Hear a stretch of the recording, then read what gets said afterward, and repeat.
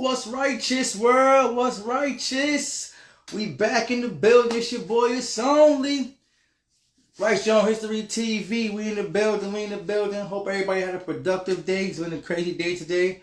I want to shout out to my fiance for just letting me do this show. We had a crazy day. It was a tumultuous day. It was got some bad news. I'm not gonna get into that, but yeah. So we here, Right John History TV.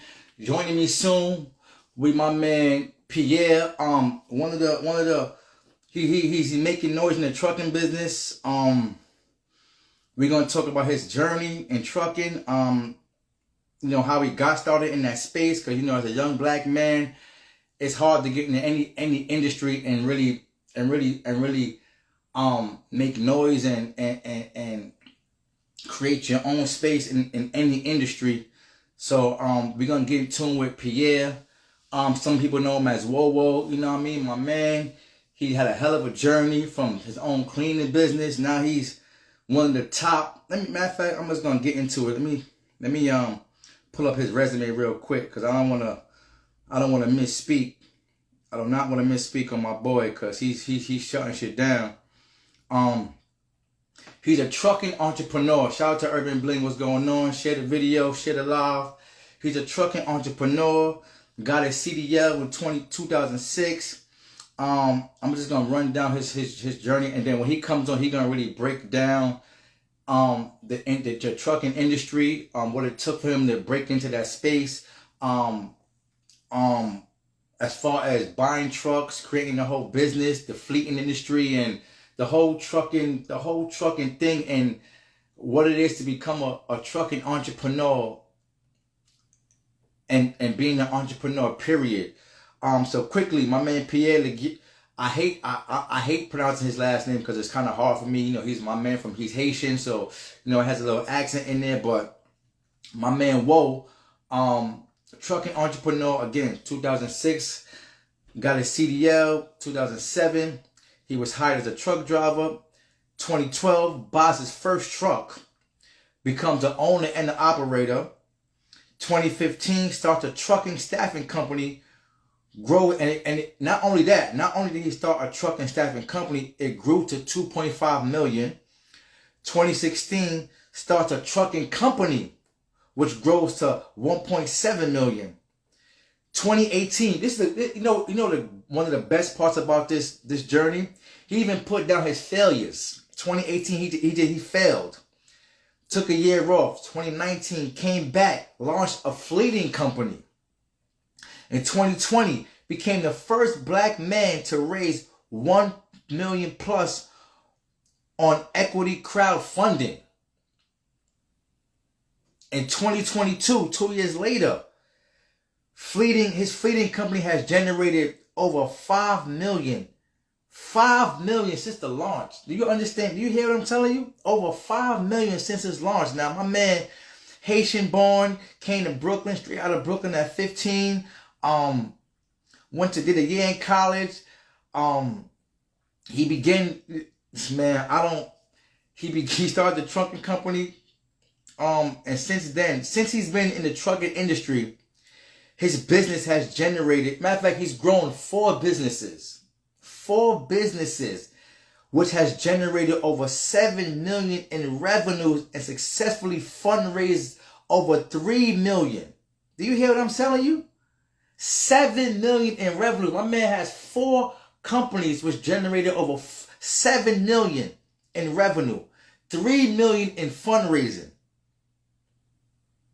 I mean, and quick before he joins us, quickly, I think about, I don't know what year it was, but he had a cleaning company. He had a cleaning company when he was running around cleaning businesses. Him and his other homeboys started a cleaning company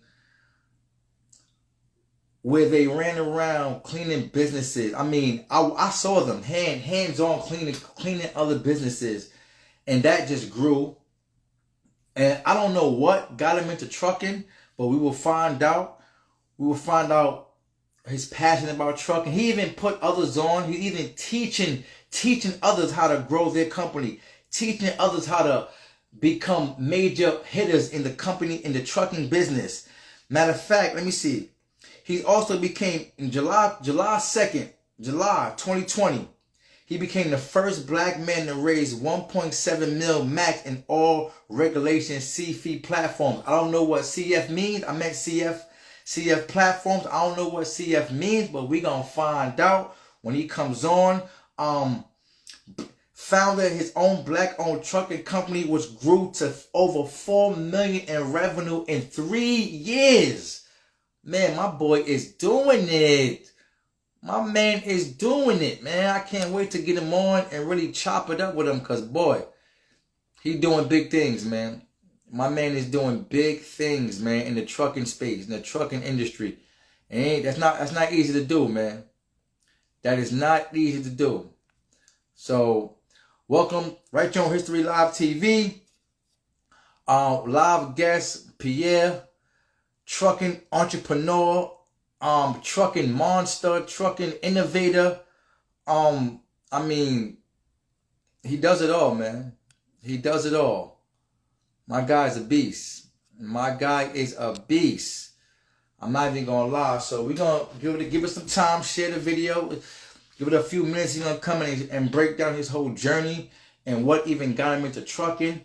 So he's gonna even teach you about the trucking industry, how it's played out, how it's laid out, and how to create your own space, how to just grow and fundraise. And because trucking is not an easy industry. Trucking is definitely one of them things where it's not easy to get into.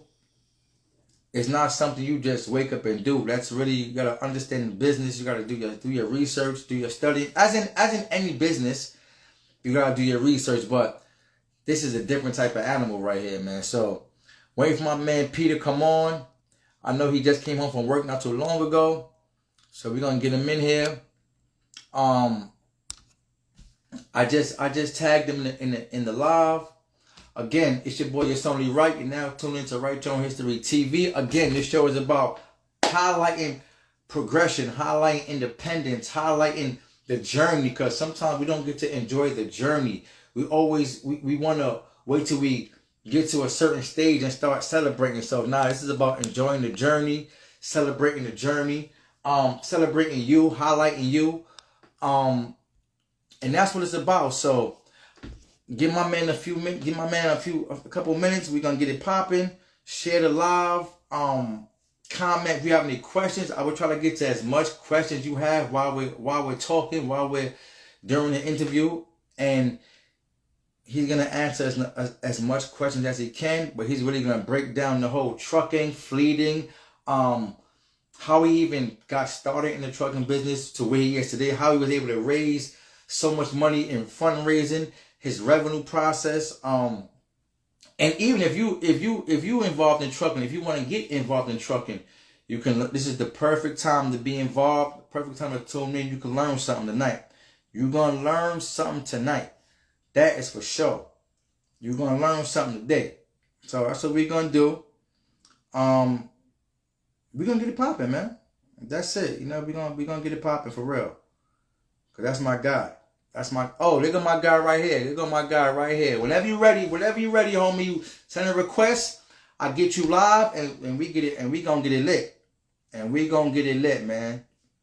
Let me see. Can I send a request to you? And we gonna get it lit. Request to join the live and we gonna get it jumping. This media sometimes be bugging sometimes. I'm trying to send him an invite. I can't even send him an invite. Oh, there we go. There we go. The man is about to be here. Give it a minute. He's about to be live. There we go. What's going on, bro? Man, you what's going on? What's going on, brother, man? First off, before we even get started, I want to just thank you. I appreciate you for taking the time out in your day to just join me and break down and really teach the people what it takes to be in the trucking industry, to be an entrepreneur, because your journey is incredible. I remember, Shout out, come on, we was in the streets together. You Go know what I'm ahead, tell saying? your You, boy. my brother. You know what I'm saying? So I remember when you had your cleaning business, and I actually saw you out there with the jump off cleaning Singing stores and windows. doing.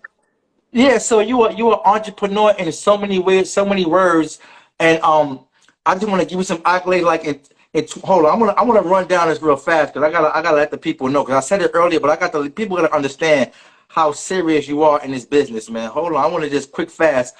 Now check this out. Hold on, how you say your last name? Because I always get tripped up I with know. your last name. It's Laguerre. Laguerre. Laguerre, my man Pierre Laguerre, you're now tuned in. Monster in the trucking industry, black-owned businessman, entrepreneur. He started from, I mean, when I say the mud, he literally came out the mud because I never would have thought you'd have been in trucking. I ain't even gonna lie. That like so, and you went. I'm making from me and Bleeze talk about you all the time. Like yo, my Word. man Woe was killing trucking because it's not too many of us young black brothers in trucking, especially doing what you do creating the space you got, and then also teaching others how to create a space and how to get into business and be an entrepreneur. Before I let you do your thing, I just want to break down your timeline.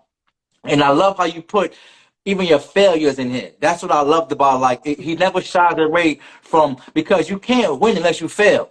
You can't Absolutely. succeed unless you fail. Like, you can't walk unless you fall. You feel what I'm saying? So Absolutely. quick fast. I'm gonna run down these days quick fast, and then you're gonna break it down as far as what it took for you to get there. What even got you started in trucking Yep. and to where you are now. So 2 seconds. All right. In 2006, he obtained a CDL. That's one step.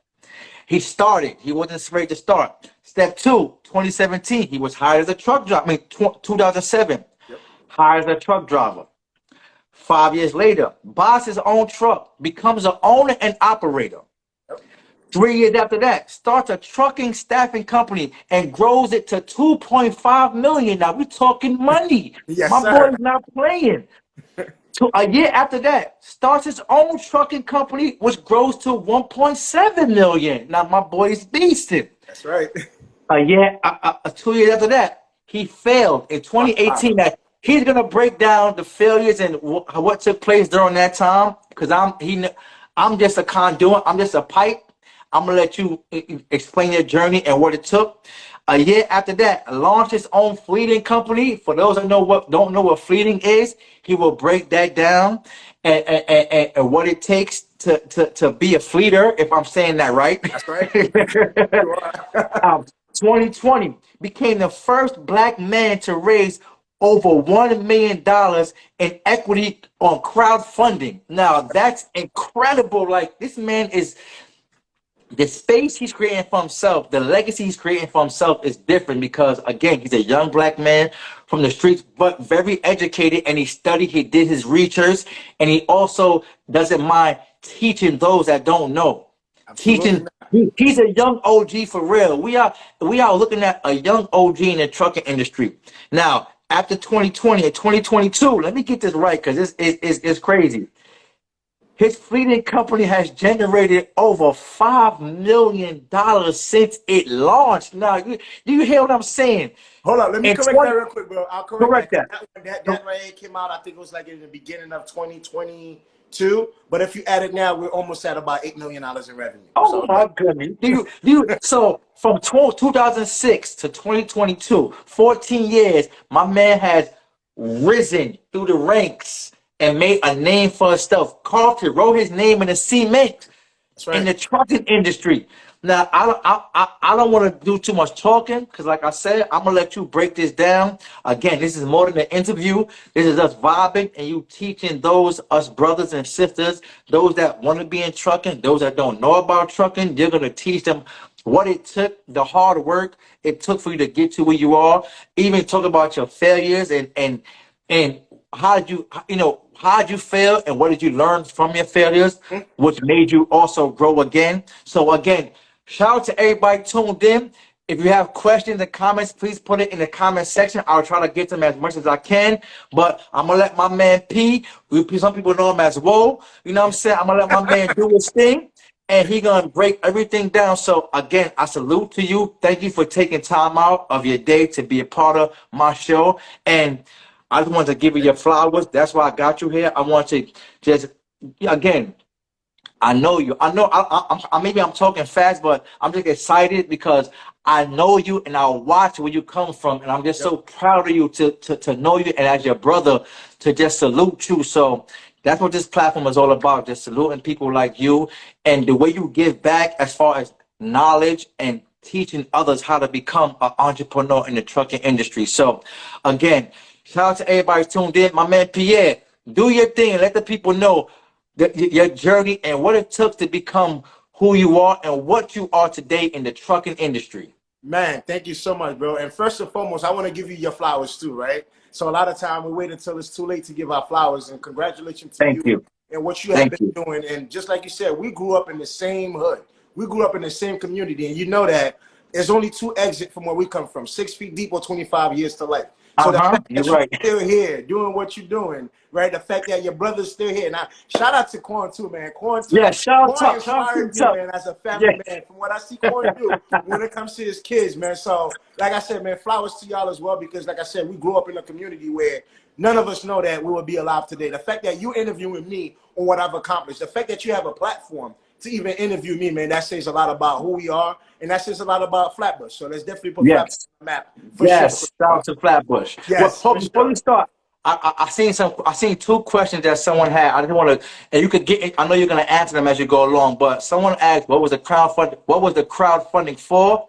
Um, how did you divide the percentage among your investors?" That was one part of the question. And as a Haitian, what business certification did you go after to make your business more attractive to receive the contracts? So you could Got it. break that down as you go along. So, all right. So, what I would do is, since I do have a long story, right, and I don't want to Go. kind of miss those questions, so I Uh will huh. answer that question now, and then I could Go. get back into who I am. So, the question about the crowdfunding platform. Why did I raise money on crowdfunding? Now, look, there's a lot of technology that we are using. We use YouTube, Instagram, Facebook, Uber, Lyft, you name it. All these companies, Airbnb, before they got to where they became, they went through a process of raising capital. So what they do is they raise capital from institutional investors or angel investors, or they call them venture capitalists. And I know a Hmm. lot of times in our community, we're not very aware of what a venture capitalist is, right? And for me, myself, that's something that I've learned in 2018. I don't want to sound like, hey, look, I've been doing raising capital from VC for years. So what Uh it huh. is that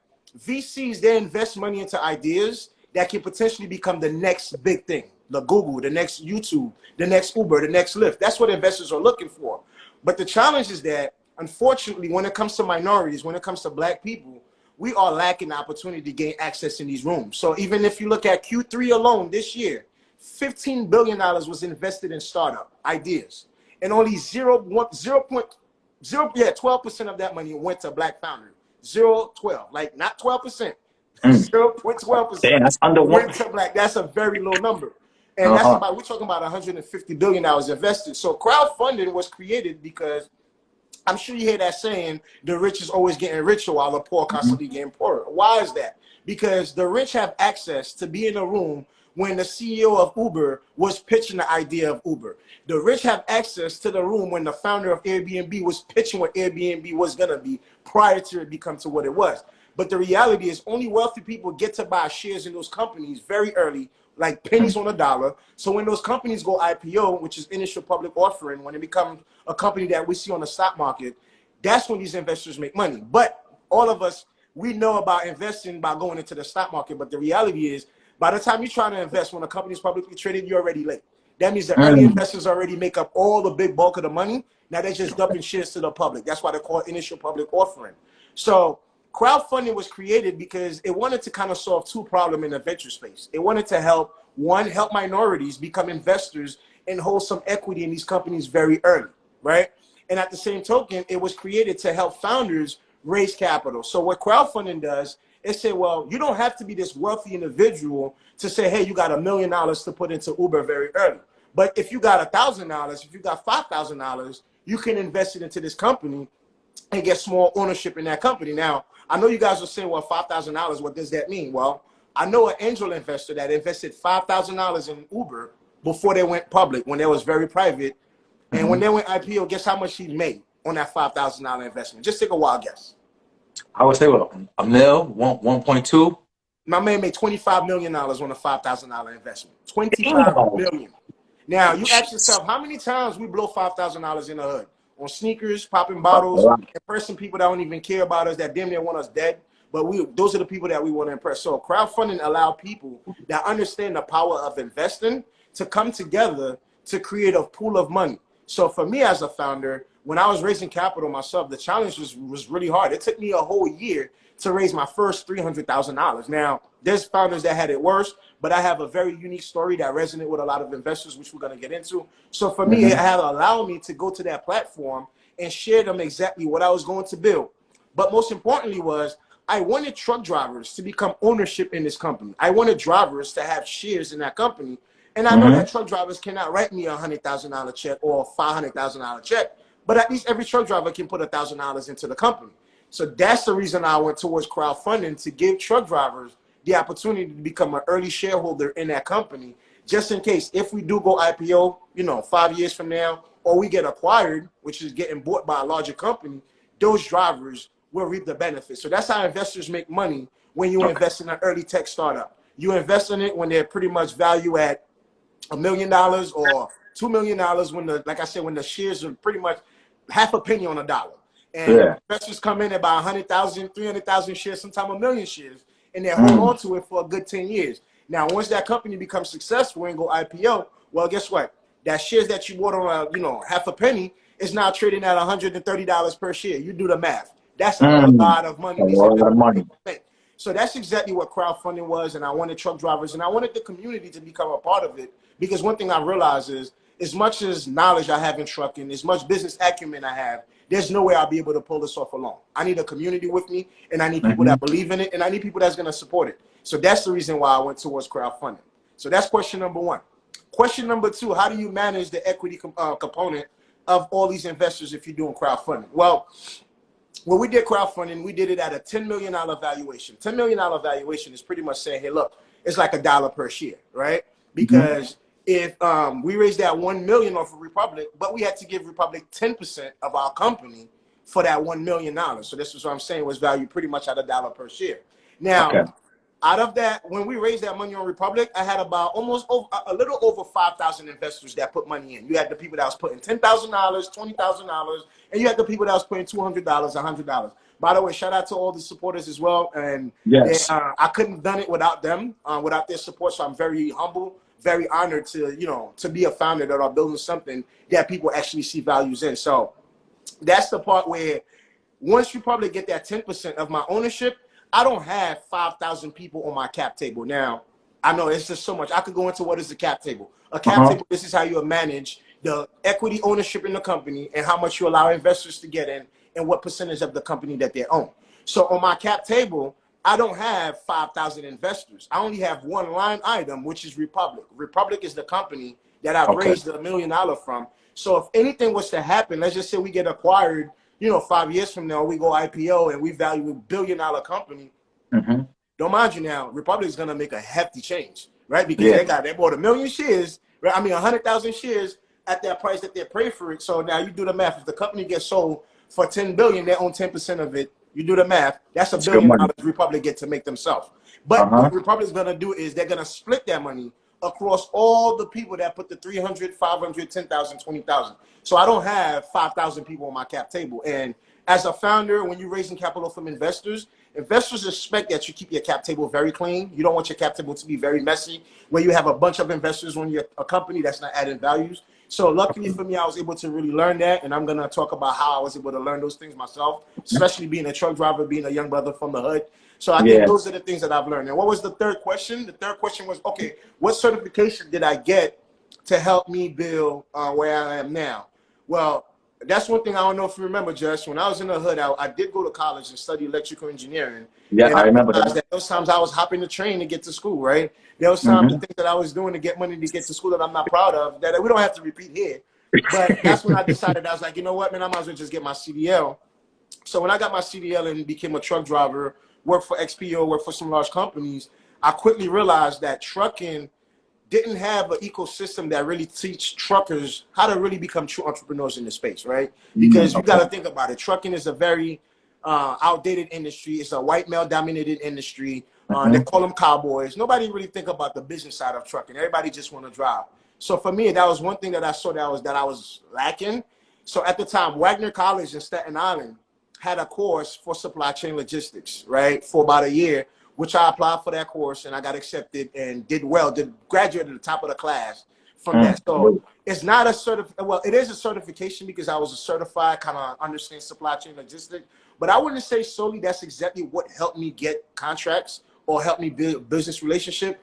To be very honest with you, I think it's a combination of me failing. It's a combination of me constantly doing market research. It's a combination of me constantly understanding where the issues, where the pain point was at in the industry, and to come up with a solution. That's just what really much entrepreneurship is about. Entrepreneurship is you find a problem and you bring a solution, and that pays you well.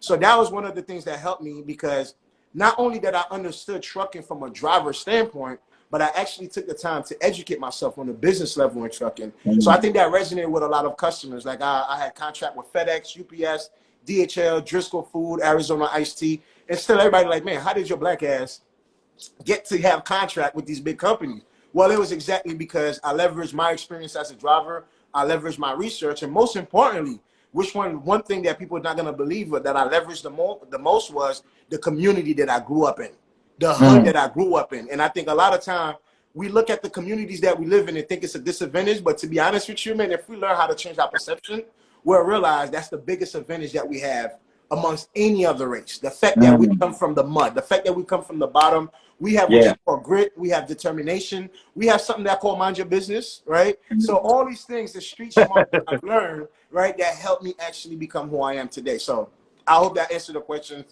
pretty well for the people that was asking. Yes, But that was high value Hottie that had the how about you, question. Addy? No cap. Yeah, literally, Yes, no no cap. cap. Yes, yes.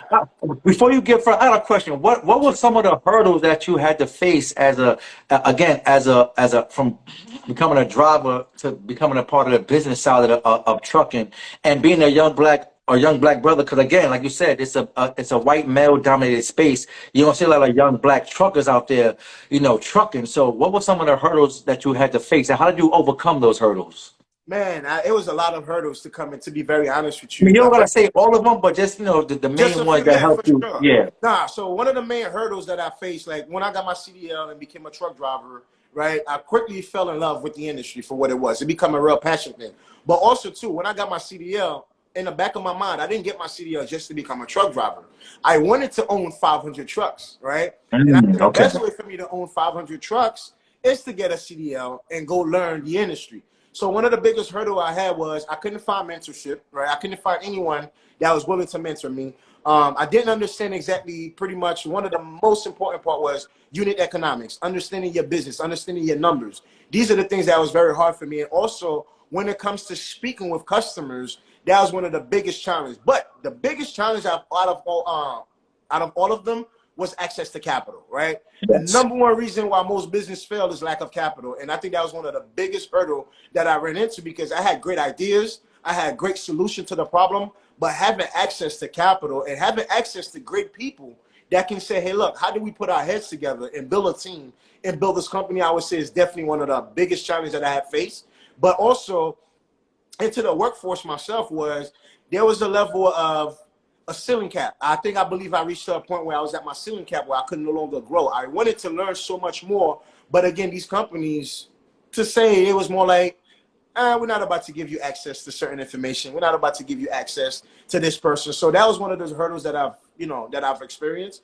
But I think the fact that I kept applying myself, right? The fact that regardless to how many no's I got, regardless to how many times they poke holes in my ideas and it was like, nah, this is not gonna work, I did not let that stop me, right? I just kept applying myself and eventually learn from my own mistake. And I think this live right here is gonna be so great because I'm gonna share so many gems that have happened along my journey, and people are gonna really understand where I get this sense of passion come from, where I get this great personality is much more coming from of me failing over and over and realizing that, hey, look, man, the idea of being successful is not hitting the lottery, man. Success is really being focused on one task and doing it so well that tomorrow people are going to ask you, hey, I'm willing to pay you to show me how to do it. And it's exactly where we are right now.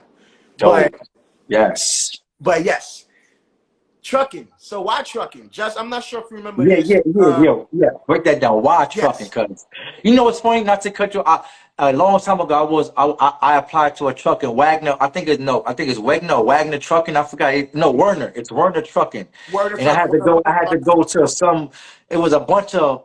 It scared me. I ain't gonna lie. It scared me. It didn't. I mean, it scared me because I'm like, damn, that's a big ass truck, and I gotta Yeah. be. That's a lot of. Cause I didn't do what you did. I wasn't thinking about owning any truck. I just wanted to be a trucker. Like, fuck, it's good money. Yep. So to hear that you didn't just be a trucker, you said I want to own 500 I trucks, was and this is why I want to own it. So to see that you not only got a CDL, but you did your research.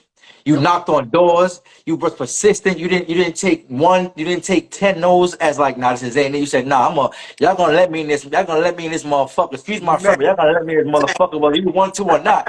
You gonna know who I am. So that again, I salute to you, and I'm gonna just keep dropping knowledge. I'm just so excited that again. I don't want to sound repetitive, but to come from where we come from and being a young black brother, you don't see many of us doing this. And not only just being a businessman to want to give back and give others the game. That's a big, that's huge. You know what I'm saying? 'Cause a lot of times we get into space and we just, I'm not telling nobody nothing. Nah, I don't want to, I'm gonna be quiet. I'm gonna be successful. right. I ain't saying shit. So the fact that you're willing to learn and teach others. And I see you all the time on Instagram. We trying to recruit young truckers and let them understand the business about, yo, listen, it ain't all about trucking. It's about ownership. It's about Right. owning something and leaving a legacy. And you teach them how to own it.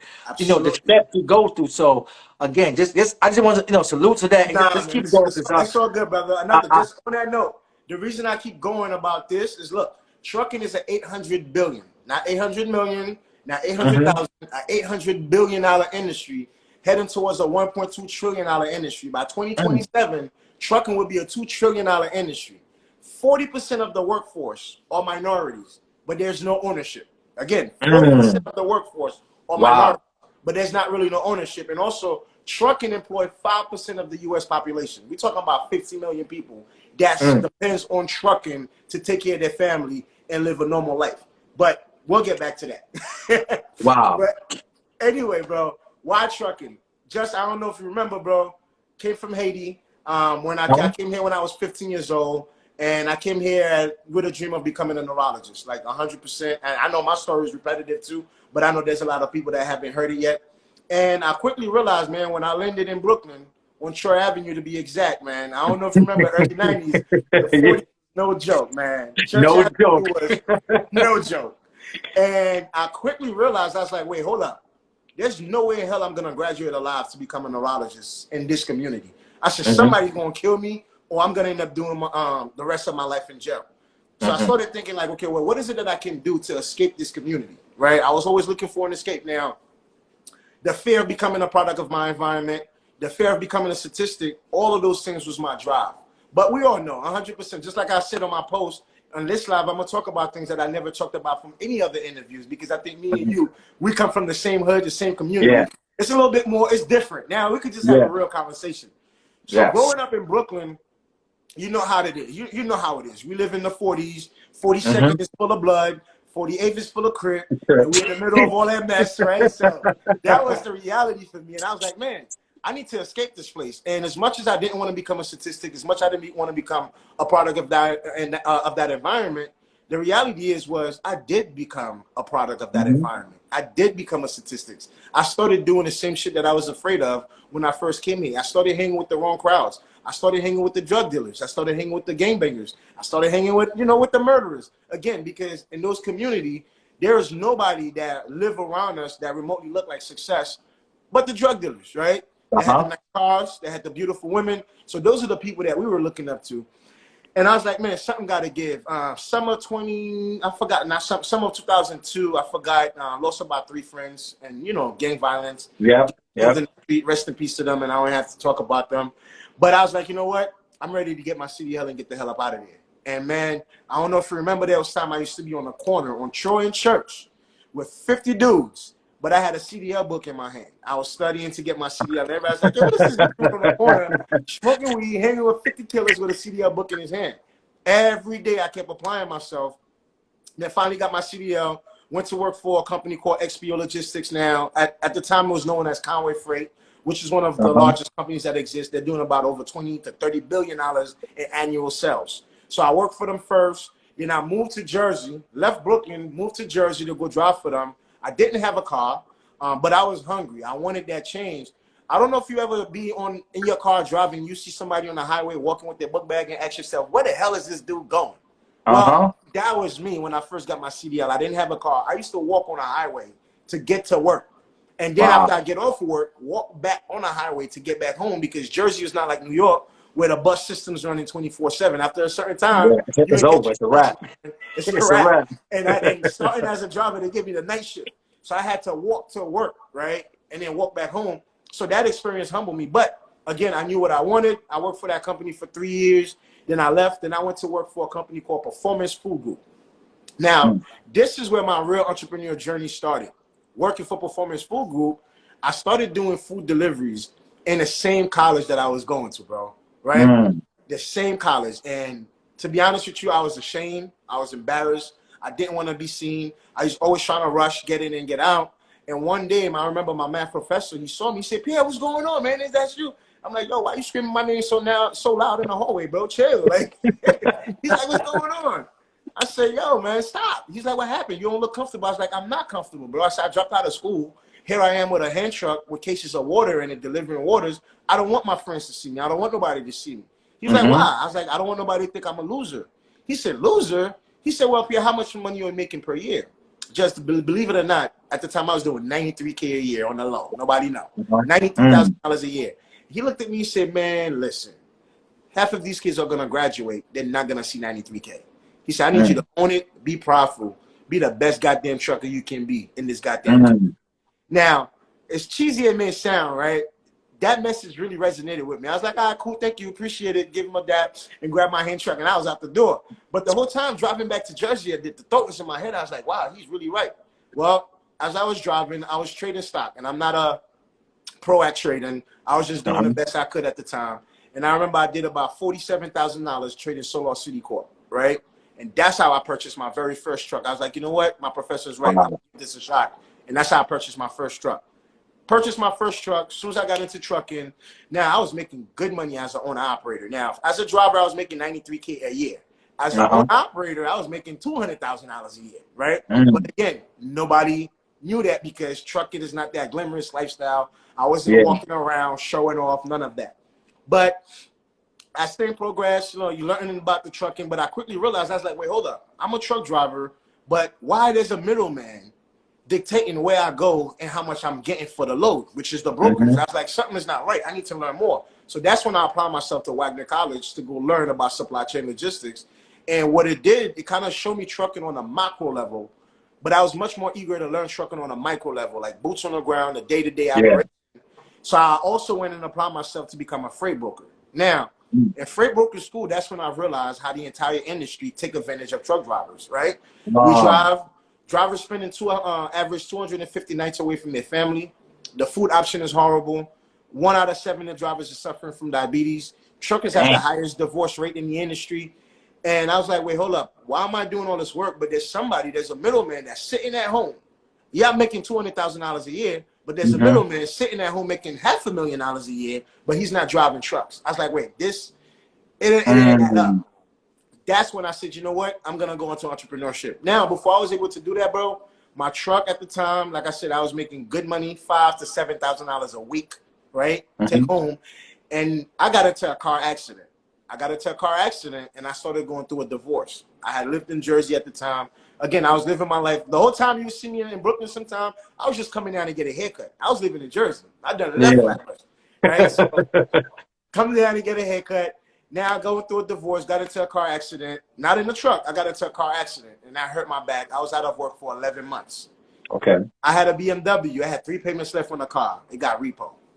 I ran through my savings in about 5-6 months from my truck. Wow. A few months later, my truck got repo. Lost my home. Now I'm back to square one. Where did I move? Right back to my mom's old apartment on President between Rogers and Nostrand, Crown Heights. Right? Moving to that building again, it's like right back into the hood. But Mm-hmm. I saw myself really started falling into this victim mentality, right? It was bitter. I didn't want to accept it. Then, go right back to what we do. Just being in the house, smoking weed. Didn't want to do Mm-hmm. nothing. But then again, I read a book called What the CEO Wants You to Know. I think it was just one night, man. I was so high, higher than camel's pussy, bro. Excuse my French. But I was like, wait, hold up. This can't be the way of life, man. I was like, nah, I went from being a truck driver making $90,000 a year to $200,000 a year. Uh-huh. And now here I am in this building, raggedy looking neighborhood, smoking weed again now with my two bros, Johnson and Diesel, right? They Yeah. was always been my brothers. So and we smoking and we're just trying to come up with ideas. And I read a little small book, man, a small book called What the CEO Wants You to Know, right? Uh-huh. And my takeaway from that book was keyword, volume and profit margin. That's all. And another takeaway from that book, the book showed me there was no different with the dude that's on the corner selling apples and bananas and oranges compared to Walmart. Both is the same business. One is just operating at scale, and one is operating at a small business. So I was like, oh, Mm-hmm. I could do this. So I started thinking to myself, I said, well, what is it that I can sell very cheap? But if I could sell 1 million of it per month, I'll make some good money. So I started thinking Yeah. about buttons. I started thinking about zippers. I said, maybe, I'm going to go to China and buy the buttons and the zippers in bulk and come back in the U.S. and sell them for 5 cents. But if I could sell 1 million of them per month, I could make some money. Now, don't Mm-hmm. mind you, I barely feed myself. I don't have a freaking pot to freaking cook or a window to freaking piss out of, but I'm talking about going to China, right? I was pretty Yeah. much way above my head. So now we're walking everywhere in the hood, and I started seeing, the barbershop, the beauty salons, the restaurants, and I'm seeing all these glass from these stores. And I'm like, well, I said, who's cleaning these glass? I said, if I could charge $10 per glass, and if I could get 100 stores, I said, I could make $1,000 a week. I said, before you know it, I said, I can get back on my feet. I went to Johnson. I was like, yo, bro, J-Boy. Shout out to him, too. J-Boy. Shout out J-Boy. Yep. I went to him. I said, yo, bro, I'm thinking about starting a window cleaning business. He looked at me and laughed. He was like, what? He said, people going to think you a crackhead. I said, why you say that? He said, look around, bro. There's nothing but crackhead cleaning windows out here. I was like, you do have a point. I said, well, right now I'm clean, but we don't have $1 in our pocket. I said, I'd rather look dirty and I could feed my child and we could eat something at least, instead of just being dirty with no money. I mean, being clean with no money. He was like, okay, that's a good point. He said, if you get 50 stores, I'll do it with you. Man, I took him on his bet. Woke up the next morning. I started soliciting from, all right, let me show you, bro, what I did. From Fulton and Nostrand, all the way down to Sheepshead Bay. One morning I woke up and walked and knocked on every door. Hi, my name is Pierre. I have a service that specializes in glass cleaning. I'll do it for X, Y, and Z, whoop-de-whoop, whatever it was.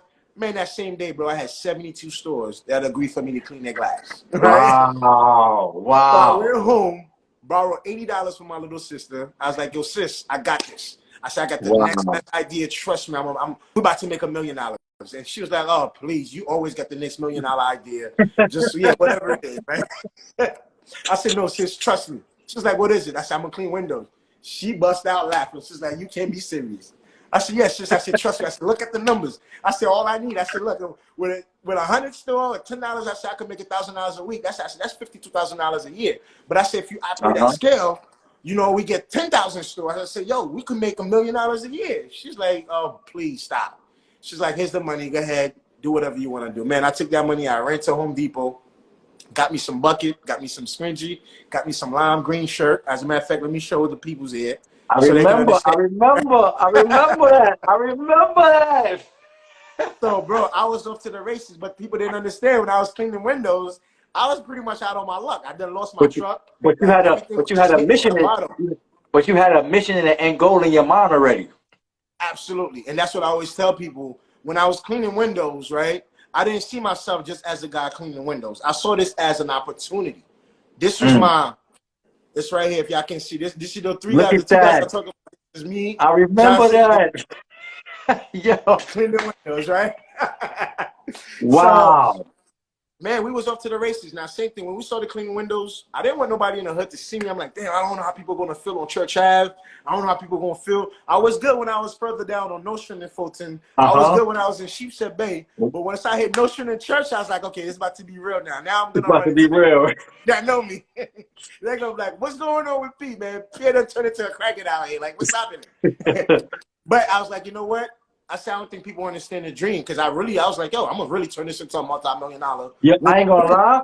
You know how much people respected you doing that? They might not Man, have told you, but a lot of us was like, yo, Wo is getting to it. He has his own business. We didn't even care about the window. We just saw you being an entrepreneur before we even understood really what entrepreneurship was. that's true. No, that is very true, man.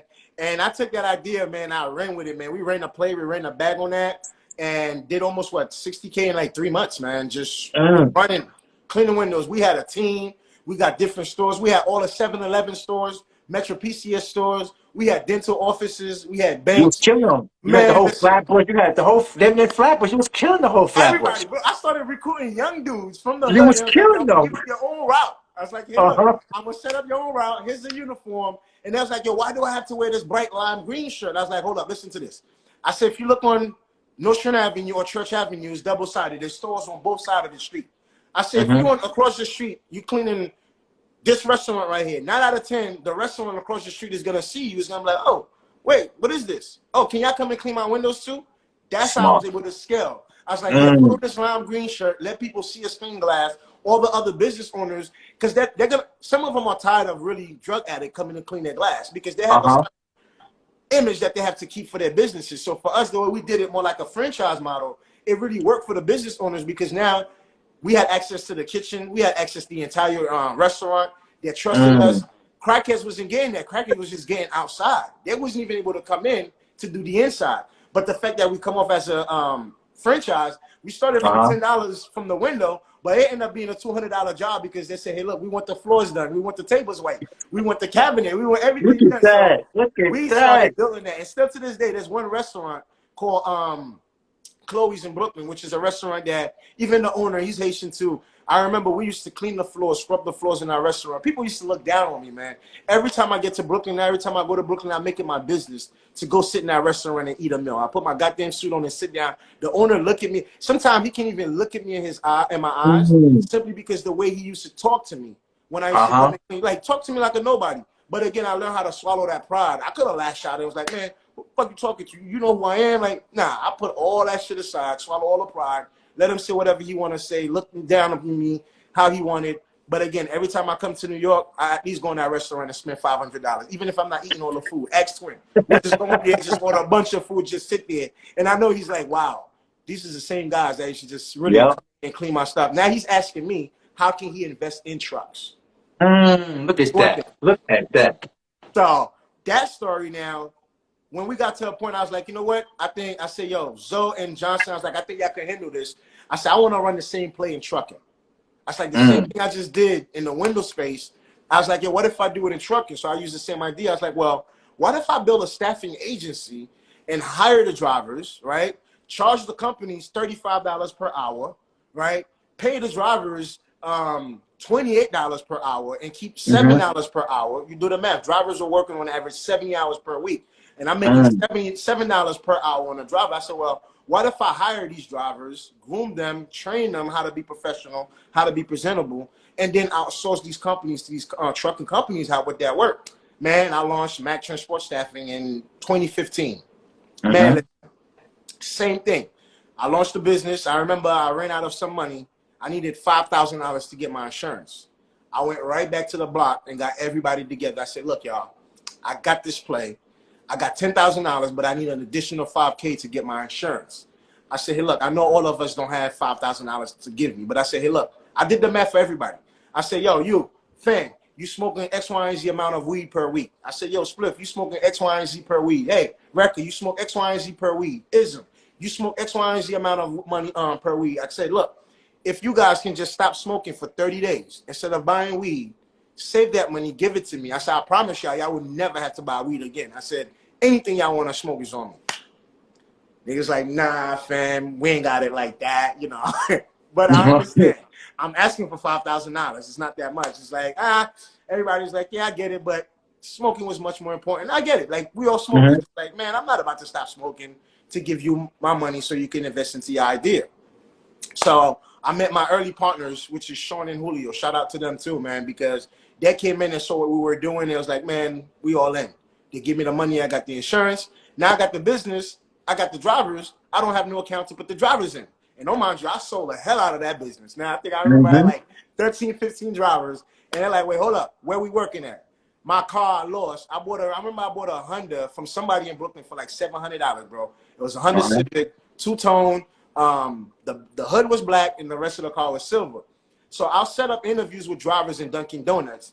I remember one day, bro, I did a group interview with 7 drivers, and I was trying my best to get there before the drivers, but they got there before me, and they saw me pulling Dunkin' Donut with the Honda Civic overheating. When they got so I come out with my suit on, pouring water in the freaking car. I'm thinking they ain't see me, but when I got in there, they was already there. I'm like, ah, shit. So I sat down. Don't mind you. They gave me the respect.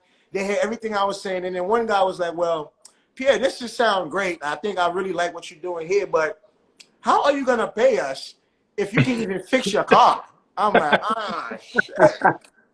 I'm like, why did dude have to ask that? Like that, yo, bro, that hurt my feeling. That hurt my feeling. Oh man.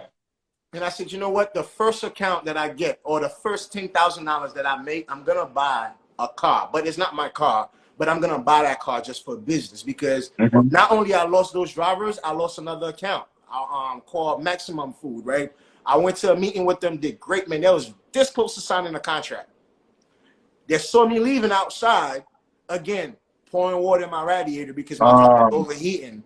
And a few years later, I realized why I didn't get the account, because somebody told me, they was like, Pierre, they said you came in very sharp, very nice, but your car was overheating. You look like a fraud to a lot of people in the office. I was like, wow, my car. So this is why it's important. Image is very important when it comes to business. Your image is everything.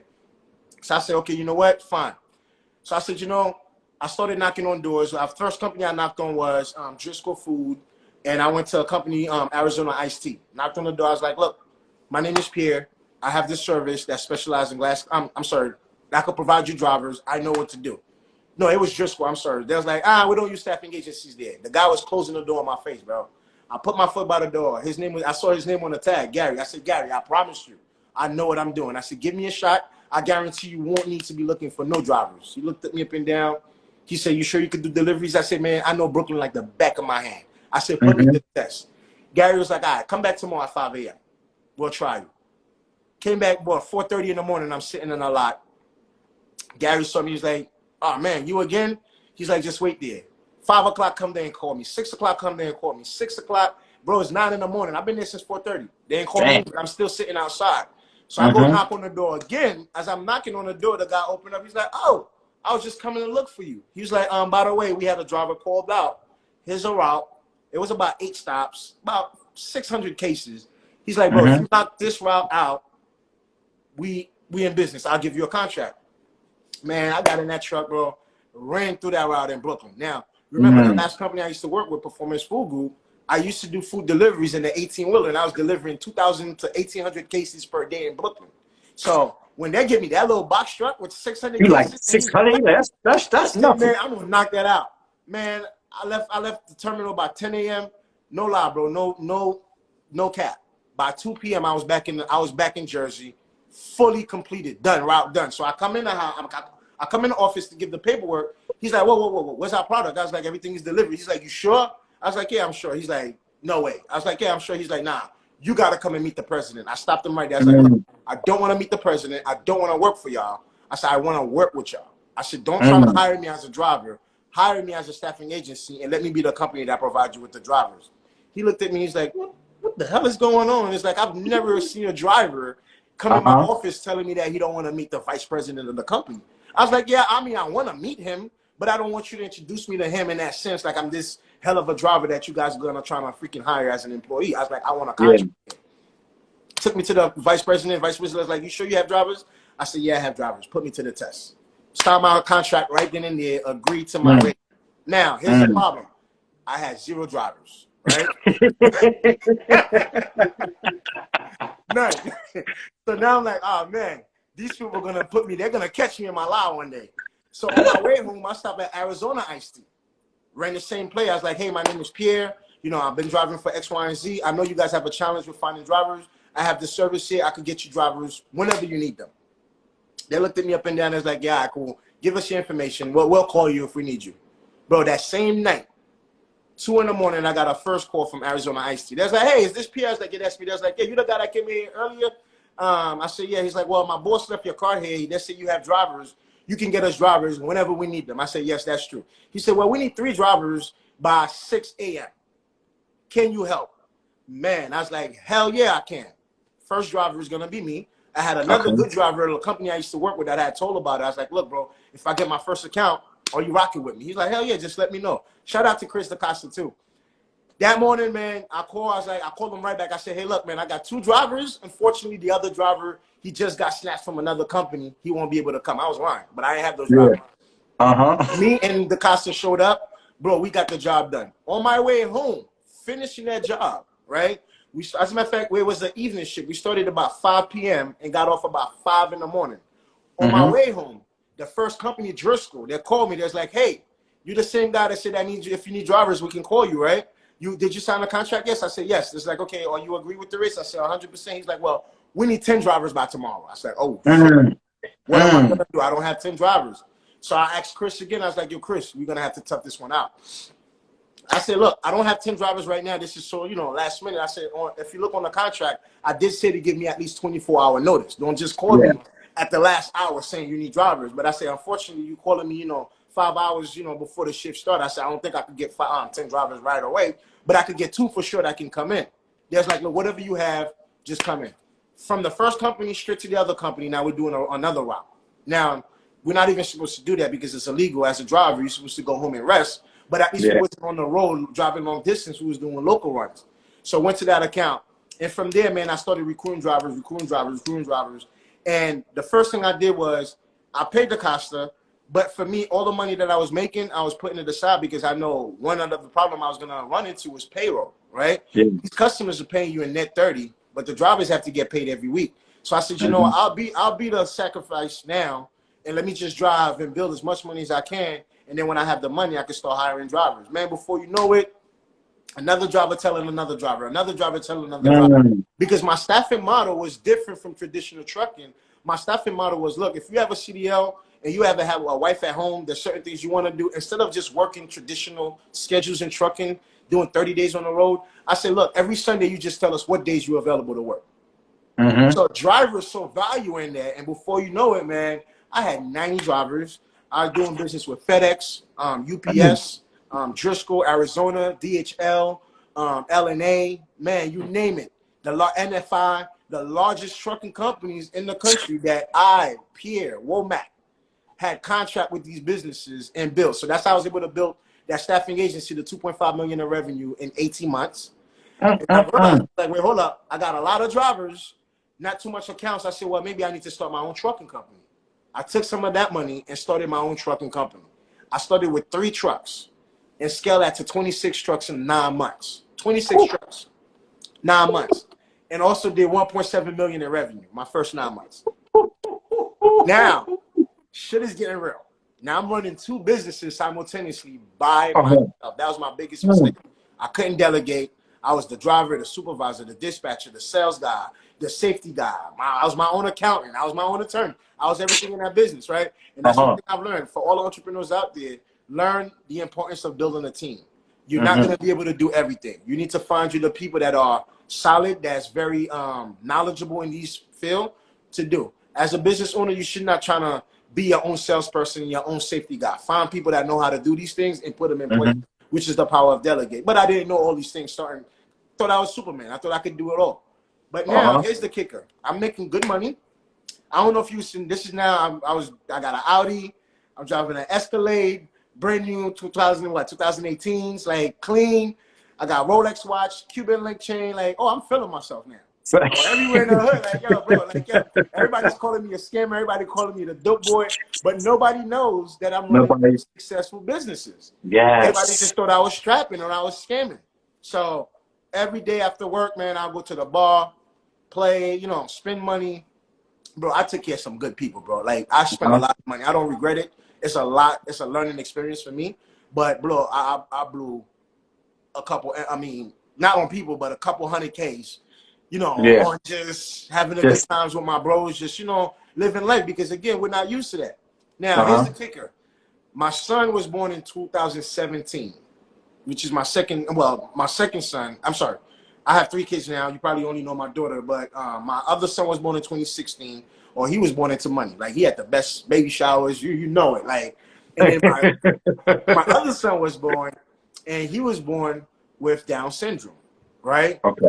And bro, that tore my world apart. Mm. I couldn't accept it. I got so angry. I got so bitter with God. I said, man, F with this. This is some BS. I said, for as hard as I work, as much as I try to pull myself up from my own community, why do I have to have a child with special needs? Why does my son have to have Down syndrome? Bro, I lost my faith in God. Nobody can tell me anything. And things started falling apart. Like, I didn't care about no trucks. I didn't care about no customers. I didn't care about no drivers. All I cared was that man, that little man being alive and going through his surgery. So my mind was just all around it. And things started to fall apart. And don't mind you, man, I was going to this bar every day. People thought I owned Bleachers on Flatbush at the time, right next to Woodland. You remember Woodland? Downtown Brooklyn, yeah. Downtown Brooklyn. So, Right man, there, yeah. people thought Bleachers was my bar because, again, like, man, I walk in there with Bleachers, listen, drinks on everybody. Like, I got it. That's just who I was. But again, it was that experience that this is where God started calling me, no lie. Like, there was this voice in the back of my head, bro, that was like, son, turn your way to me. I got you. Stop worrying. I was like, nah, bro, I got a business to run. I got kids to feed, and I got a sick child. I'll catch up with you later. I kept hearing that voice in my head over and over, bro, but I kept ignoring it. So now, my son born, he goes through his first open heart surgery. I couldn't hold it together, bro. Like, my shit was, I'm talking about, like, I'm falling apart. Second open heart surgery, things got worse. Third open heart surgery, man, I couldn't hold it together. I was just so fed up. Now, I never disrespected my mother as a kid. And I remember that night when my son was going through his surgery. I'm trying to find you this picture. My mom was like, son, you just got to pray about everything. God is not giving you nothing more than you can handle. Just pray and have faith. And I looked at my mother. I mean, we was on the phone. I literally told my mother, I said, please, what the hell are you talking about? I said, don't tell me about God. I said, what God would allow a child to be born this way, number one? I said, for all I care, he can send somebody and blow my head open and take me out my misery. Now, what is my learning from there is the power of the tongue. Power of the tongue is that we have the ability to speak life or death into our own situation. Bro, I said this at 8 p.m. By 1 in the morning, I was in the hospital with my skull cracked open from an attempt car robbery. Right there on Flatbush and Parkside. That same Audi, Cuban link chain, and Rolex watch I was wearing, trying to take me out for it. So, you can see this is a picture of my head. I remember when I remember that. Yep. So now, and this is where all this passion, you're going to hear about it. I said this at 8 p.m. again, bro. By 1 in the morning, bro, I was in the hospital fighting for my life. Now, my son ended up getting transported. A couple of days later, he went into downstate. He was in NYU in Manhattan, then to downstate, and I'm in Kings County. Now we both across the street from each other fighting for our lives. Wow. They didn't think I was going to make it. There's like, man, with this impact, she doesn't stand a chance. My son, internal bleeding, that's like, nah, he doesn't stand a chance. But I guess God is really real, bro. I'm sorry, I'm not trying to preach to the choir here. You got it. You right. God is really real. I mean, to some people, he may not exist. To some people, it might just be a myth. But for me personally, bro, I would not be able to be where I am today without God. So I say this to say, right? I remember now I'm in a hospital. I'm bitter. Oh, my God, I want revenge. I want revenge in blood, bro. I'm thinking about as soon as I come out the hospital, where I'm about AK from, I'm going to go to Peppers and open up an entourage. Like, that's when I tell you, bro, the thoughts that I had in my head was wicked, evil. I'm like, man, I don't care who's in that restaurant. When I get out of the hospital, trust me, it's going to be a lot of slow singing and flower bringing. It's about to get real. But it was also through that pain. When I'm in the hospital now, all the people that I was spending money with, bro, going out, doing all these things, every time it hit night, I'm in the room by myself. All I'm hearing is beep, beep, beep. You know that sound when you're in a hospital. Nobody's around outside of families, that was really there. Shout out to the people that was really there. But all the friends, all the women that I was spending money on, tricking out here, doing all shit that I had no business doing, nobody was in sight, bro. It was just me in that room in pure quietness. And check this out. As much as, like, Every time I thought about picking up that AK-47 and going into Peppers and open up an entourage, it just kind of felt like the pressure was in my head was just getting more intense. The more I thought about a negative thought, the more the pressure get intense. And one night, bro, there was nobody in the hospital, and I reflect on everything. I was like, okay, well, if I pick up a gun and go kill them, I said, what am I gonna solve? I said, one, I'm gonna kill another brother that looked like me. I said, two, I might get risk of getting killed myself. Or three, I'm gonna spend the rest of my life in jail. But before you know it, that same cycle continues, because now my 3 children is gonna grow up without a father in their life. Nobody teach them better. 2 boys and a girl. Before you know it, my daughter might end up into prostitution, and my 2 boys might end up being in gangs. I was like, nah, I can't react. I can't be reactive. But I said also, I was like, wow, trucking is short 1 million truck drivers. I said, meanwhile, we live in a community where people see you with something nice. They don't even care what you do for a living. They just want to kill you for it. That's when I was like, nah, I have to change this. I said, I have to find a way to make sure that another brother never experienced what I've experienced. I make sure that another brother never have the same fate as me. At that same moment, bro, I remember grabbing my IV cord. I got out of bed. My head was still tied up to a lot of tubes. Grabbed the tube, and bro, I got on my knees that night. And that's something Haitians always say, hey, make a cross with your tongue on the floor to never say something like this again. Bro, I got on my knees that night and prayed. I said, God, I doubted you. You know, I trying to put you to the test, and my apologies. I said, today I'm coming to you humbly as your child. I said, Father, please get me out this hospital alive. I will not retaliate. I will not hurt nobody, but I will build another business, not only to solve the problem in trucking, but I want to create an ecosystem so I could go back and help young men and young women to understand the opportunities in trucking, because trucking took me from the hood and built multi-million-dollar businesses. I said, it can do so for many of other young men that look like me. I said, Father, get me at this hospital as long as I'm not on a wheelchair and I'm not eating through a straw, because that's what they were talking about. I was like, yo, this dude never might be able to get to wrap his head, you know, to be his normal self. He might just completely turn cuckoo. We talking about head impact, bro. And I prayed. I was like, man, I said I won't retaliate. Now I remember Zoe Johnson, everybody coming in the hospital, ready, talking about, yeah, we grip up, we're gonna get these dudes. I was like, no, y'all ain't gonna do nothing. I said, y'all better leave it alone. They was like, what? I was like, leave it alone. They was like, bro, you on drugs right now. We're gonna let you sleep. We're gonna come back tomorrow. I said, no. I said, I'm not high. I said, trust me. I said, leave it alone. They was like, what? They was like, nah, we don't do that. They was like, God forgive, man. We don't forgive. Like, no, somebody gotta pay. And I appreciate that. And I had to tell them, I said, look, if y'all go out there and y'all retaliate, I said, me personally, I will take the stand on y'all. I will testify. I said, leave it alone. They're like, oh shit, this dude is serious. I was like, yeah, y'all go ahead and do anything. If I come and get questioned while I'm in this hospital, I'm gonna give him your address, because I'm telling y'all to leave it alone. That way, I guess it was serious. They're like, well, I guess they're like, I ain't trying to go to jail for something he's telling me not to do. And honestly, bro, I would have testified. If they would have go out there and pick up a knife or a gun and hurt somebody, I told them their ass would have been going to jail, because it didn't solve anything. So it was that day. Like I said, I got on my knees and prayed, man. I just kept praying. I just said, God, you know what? I would never test you again. I would never doubt who you are again. And I would never walk around, you know, like I'm this high and everybody this low. I said, look, and I was never like that. I was always a humble dude anyway. But again, you know, flashy, nice cars. I said, God, I would never do that again. Just get me out this hospital alive. Man, bro, I came out the hospital and hit the ground running. I did about 14 days in the hospital. Here's the kicker. I went in the hospital with $1.2 million. He came out with $90,000 in the last couple of days. And I said, you know what? I'm going to bet this $90,000 on me. Now, when I'm in the hospital, my out of the 26 trucks I had, 16 were mine for me, and the other 10 was owner-operators, guys that own trucks that was running under me. Bro, my trucks was getting repo one by one, and there was nothing to do about it. Like, I watched that business fall apart, my staffing agency, everything fall apart. And I came out the hospital. I was like, what am I going to do now? I remember I started doing therapy. They was like, Pierre, we need you to rest for 3 years before you can do anything else. I said, 3 years?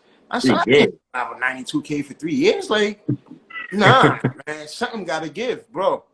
Literally, I think I did about a week home, and I launched Fleeting. Started building Fleeting, started going to raise capital, going to pitch competition, couldn't raise a dollar, couldn't speak the investor's language, didn't know how to answer certain questions, and I wanted to build a technology company, right? Which is what we are. What is Fleeting? Fleeting, we call ourselves the Airbnb of trucking. What do we mean by that? We allow people that want to own a fleet of trucks without actually managing the trucking business. We have the software that provide the drivers, the load, the compliance, the back office, everything else, and the truck owners are making $4,000 net per month, while creating a better model for truck drivers, and not just for truck drivers, but creating an opportunity that allow formerly incarcerated men and women to get their CDL to become truck drivers, so we can move our society forward. So that's exactly what Fleeting is. And man, I hit that ground running, start pitching investors. I couldn't get a dollar. And lastly, I remember what Christmas was there, Christmas 2018. Couldn't even buy my kids a gift from Family Dollar, bro. Like, I'm talking about completely dry. Like, I'm in my crying. But I said, you know, I'm gonna keep applying myself. That following Christmas, before I was accepted in Quick Capital, I got accepted in Quick Capital. They invested $300,000 in 2019, and we started them, right? By December 2019, I won a $100,000 pitch competition from Chameleonaire. Most people don't even know that. Chameleonaire is also an investor in my company. Are you there? Wow. Chameleonaire, also Kyrie Irving is an investor in our company as well. So I raised $100,000 from Chameleonaire, the $300,000 from Quick Capital. Quick Capital Accelerator, what it is, which I didn't even know something like that existed. It's like a trade school, but for building technology companies, right? What they do, they bring you in, they show you how to talk to investors, how to negotiate with investors, how to build a team, how to hire the right CTO. CTO stands for Chief Technical Officer. I don't know how to code, so I'm not a technical founder, so I'm not the one coding what our app look like. So I have a CTO that's actually building all the technology. So learning how to hire sales, you know, marketing, all of that. So I learned everything from that accelerator, man, and we hit the ground running in July 2019. That's when we officially launched Fleeting. First year, we did $500,000 in revenue. Second year, all through the pandemic, we did $1.6 million in revenue. And like I said, 2020, we did 2.8, almost $3 million in revenue. And now we're on track to doing $6 million in revenue this year alone, right? So all of that coming from, what if I would have picked up a gun and retaliate, bro? What if I would have picked up a knife and retaliate? What would the story be? One, again, it would have been, I would have killed another brother, and I would have spent the rest of my life in jail. And me launching Fleeting is bigger than me. And that's the promise that I'm keeping with God. When I say, God, if you get me out this hospital alive, not only I will build a company and technology to solve a bigger problem in trucking, but I also want to create a ecosystem, a community where I teach young men and young women how to become entrepreneurs in trucking. Hence, I just launched Pierre's Academy. Pierre's Academy is exactly that. It teaches people from the hood on how to become entrepreneurs in trucking. And people have the biggest misconception in trucking is that in order to make money in trucking, you have to be a truck driver. That's the biggest myth. You can be a dispatcher, you can be a freight broker, you could be a fleet owner without even ever get beyond the wheel of a truck to make money. So that's exactly what Fleeting is, man. And like I said, I came out the hospital, hit the ground running. To date, I've raised almost $3 million from angel institutional investors. I became the first black man to raise over $1 million on a crowdfunding platform. We have Kyrie Irving, Chameleonaires as investors, Arlen Hamilton, and it's safe to say Mark Cuban as well, because Mark Cuban is Arlen Hamilton's LP. And man, we're still growing. And now we are ready to really kind of take this by storm by really creating our own schools to where we can say, hey, look, any brother that's just coming out of jail, you can come into our school. You'll learn how to get your CDL. You'll learn the business side of trucking. And we're also going to employ you. Our company is the only company right now that you can come in and make $90,000 a year out the gate starting with. So just imagine, again, trucking is an $800 billion industry. How many brothers in the hood we know that wake up every day with trapping in their mind, gangbanging in their mind, ready to kill each other over nothing? And for me is that story, the way everything happened, it didn't happen by accident. Everything happened the way it was supposed to happen. So this is why I said that dude that's cracked my shit open, I'm not mad at him. Because you know what? God been trying to get my attention, but I was just so busy running the bag and just partying with everybody else. And I believe what God did was say, you know what? Since you don't want to listen, but I love you so much, I'm going to crack your freaking head open, and you're going to sit your black ass down. And you gotta humble you. I gotta humble you. What happened. And this is today that I am the founder and CEO of Fleeting, of a company that can potentially become a multi-billion-dollar company in the next 5 years. Wow, first of all, that shit right there was, I mean, I seen people saying you had them crying. People, I mean, the story is fucking, is amazing, because that one decision you made changed your whole trajectory of your life and your legacy. Right. Someone asked, where is the Jersey location? Where's the location in Jersey? Kearney, New Jersey. Kearney, New Jersey. That's Yep. Kearny, right? Yes, sir. Kearney, New Jersey. Oh my goodness, Jesus Christ, yo. Yep. Wait, yo, is there a website for Pierre's Academy? Is it like pierresacademy.com or Yes. is So the there is website this? will be live. So the website is gonna be live by Tuesday or Wednesday. I had an early Okay. website, but I had to take it down because the people that I was working with, I wasn't too comfortable with their work because like, hey, look, Okay. my story, I'm not gonna give nobody anything half-assed. I'm gonna make sure that they get something presentable. So the website is gonna be live, but the dispatching right now, our dispatching course is live, which we could talk about what dispatching is and how you can make money right in the comfort of your living room. The link is in my bio. If you're looking to become a dispatcher, I provide it's pretty much is an online course, but you also get access to me, weekly calls, coaching. You get to join a Facebook group. We're here to really help the founders. I mean, the entrepreneurs become true entrepreneurs. And also, my company is also providing internship opportunities for people that have taken the course and excel at it. We're ready to open up our doors to give you the opportunity to become an intern. If you're not ready to go into business by yourself, you still want somebody to hold your hand, this is what our company is here for. But also my goal, Just, is if I could change 100,000 lives in the next 5 years, I'm talking about from that community that we come from, my job on earth is done. And I'm saying this to say, this is not a handout that I'm asking from the federal government, right? If I could Yeah. let's just look at 20,000 people. If I could turn 20,000 young men and young women into entrepreneurs in trucking, making on average $250,000 a year, right? They're going to be paying back at least between 50 to 30K per year in taxes. That's $1.2 billion that will be given back to the federal government every year. Do you know what that means for our community? People don't understand why is that our community is full of Chinese stores and liquor store, but nothing resourceful in there. There's no program to learn how to code. There's no program to learn business management. There's no program that teaches us certain things. Why? Because when you think about it, a lot of us in those communities aren't paying taxes, right? So the less taxes a community pay, the less money that government reinvests back into that community. So again, if you look at it, this is why every corner on Church Avenue is a corner store, Chinese store, and liquor store, right? That's all that's there. Well, what happened to the recreation centers? What happened to the centers where we could teach about sports? We could teach about entrepreneurship. We could talk about STEM, math, science, all these things. And I'm fortunate enough myself to move to a different community and see how those different communities operate. And bro, ain't no different. We can do it too. We just have to stop subscribing to this victim mentality that they got us now. Does systemic racism exist? Absolutely. But bro, we are our own worst enemies in these communities. And that's what I want young men to get is like, look, if we can change our biology, if we can change our, our perception, we can officially change our entire trajectory. But we have to believe in ourselves and we have to be willing to fight.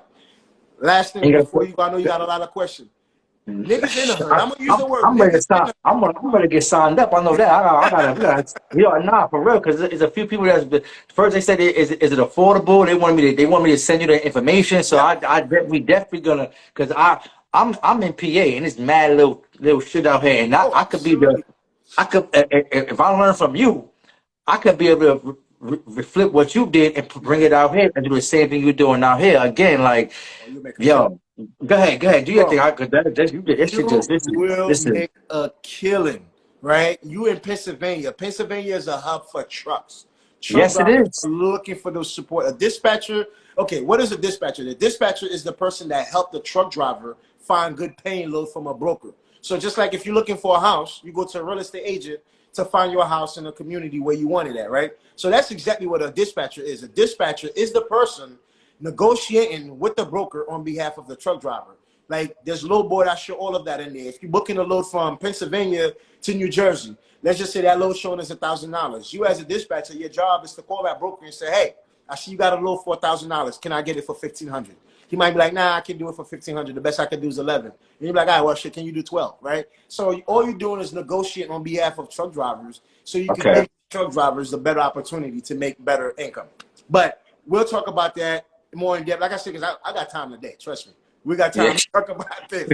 But again, though, man, just to go back to the things that I mentioned about the communities, man, if you look at it, bro, we are our worst enemies. We can't keep subscribing to this idea, man, that we are victim, Because look, who cracked my shit open? A brother that looked like me. A white man didn't do it to me. Mm-hmm. Brother that looked like me that did it, right? Now, I understand why we all the way we are in those communities. Like they say, you know, we operate like crabs in a barrel, but the reality is crabs don't belong in a barrel, right? But the Mm-hmm. problem is, what I've learned was that a lot of our young men and young women haven't been exposed to what I have been exposed.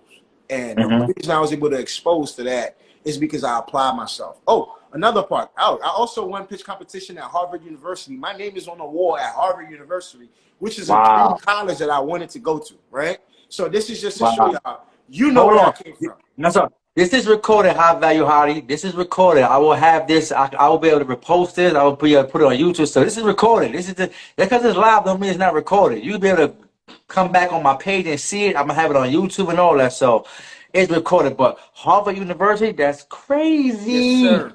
Yes, From sir. the hood to Harvard. From the hood to Harvard, bro. And like I said, man, look. But one thing, you know, when I was in the hood, though, Justin, I think this is what every young man should get, and they should adapt to this mentality. I never saw myself as somebody that lived in the hood. Although I lived in it, I was Yeah. it. I always saw myself above being in the hood. So the hood didn't make me. The hood was just an experience. The hood was just a stop, Mm. but it wasn't my destination. So I think that's why a lot of young men need to look at it like, bro, this is just a stop. It's not your destination. Take what you can take from it. Learn from it. There's a lot to learn from growing up in the hood. And the point that I Mhm. wanted to drive is, who are the best people equipped to become entrepreneurs, but the young brothers in the hood? Bro, I say this. If you can risk your life by joining a gang, if you can risk your freedom by standing on a corner, slinging dope, whatever it is, you are like what I would call the best person to become an entrepreneur, because that's what entrepreneurship is about. Taking Mhm. risk. Taking risk. And that's what I did. So I just want to tell young men, instead of taking risk with your personal life, take a risk with a business venture. What's the worst that can happen? You won't fail, and what, people gonna laugh? Absolutely, it's okay. You brush it off. You be all right. People fail every day. Dust yourself Mhm. off and then try again.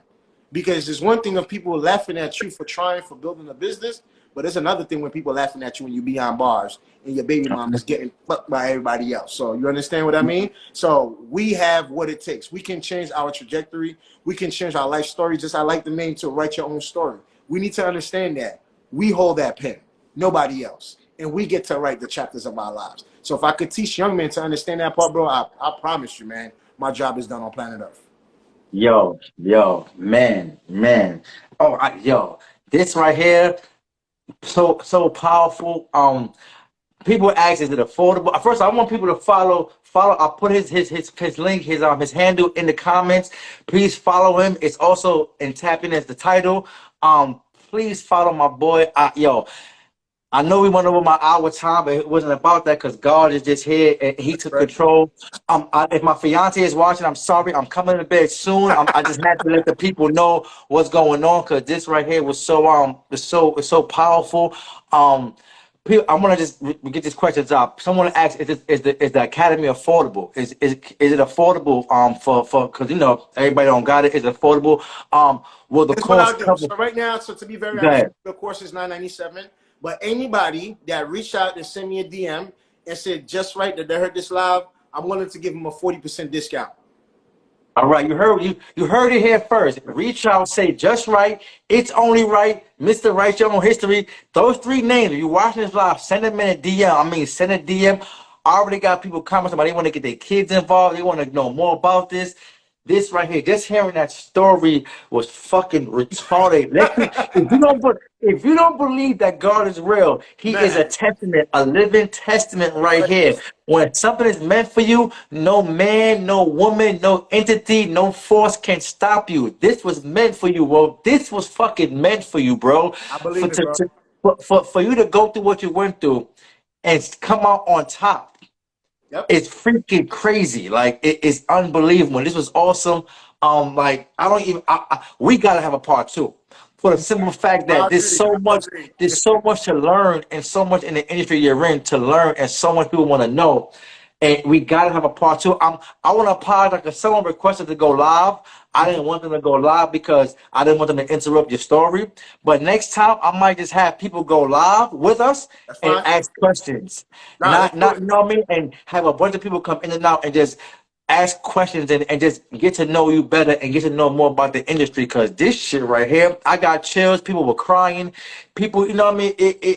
Again, I'm just happy to know you. I'm just happy you made a decision not to retaliate. Cause sometimes it takes a grown man, a maturity for us not to go back into, cause to on some, I'm gonna feel like a sucker if I don't do this or Oh, God. man. Oh, I dealt with You all that.